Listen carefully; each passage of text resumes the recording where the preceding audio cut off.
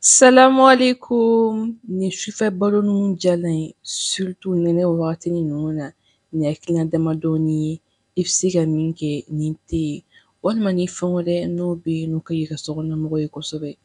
An bɛna an ka tedaga sigi nin ye hakilina fɔlɔ ye nana i kɛra la bɛnɛfuntiden damadɔni an bɛna o fara a kan sisan nɔ ka to n'a ka tobi. An bɛna an ka pɛto labɛn sisan nɔ nin ye sogojalanin de ye n bɛna o damadɔni kɛ a la o ka di kosɛbɛ kosɛbɛ te la. Nin ye tiga fana ye n'o ye marabatiga ye nin ye noix de cajou ye n bɛna o dɔ fana k'a la ani logofiliti dɔɔni. Nin bɛɛ lajɛlen te ka di kosɛbɛ kosɛbɛ. An bɛ sɔrɔ sisan nɔ ka na an ka te sɛrivi an ka minɛn kɔnɔna la ka nanaye dɔɔni bila a la. O ye hakilina fɔlɔ ye. O tɛ sufɛ baloninw diyalen ye.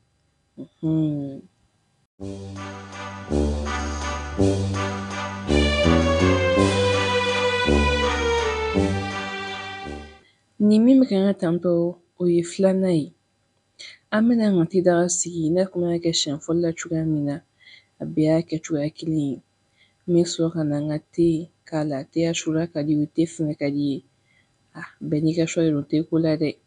An b'o bila ka wuli nin ye cupcake de ye nin bɛ bɔ chez Cooking with Dusu ale ka nin cupcake ninnu n k'a di a gu a kuma tigɛ n bɛna a ka contact bila barre d'info kɔnɔna la n'aw mago b'a la a bɛ se k'a contacter et puis a da ka nɔgɔn tellement puis a gu de fana ka di kosɛbɛ mɛnɛ aw ɲɛ tɛ nin ye hakilina filanan ye i bɛ se ka to ka nin kɛ sufɛla yanfaniw fɛ avant que kɔkɛ ka taa gɛrɛn na gɛrɛn tɛna sigi sokɔnɔna la o yɛrɛ senfɛ o y'o ye.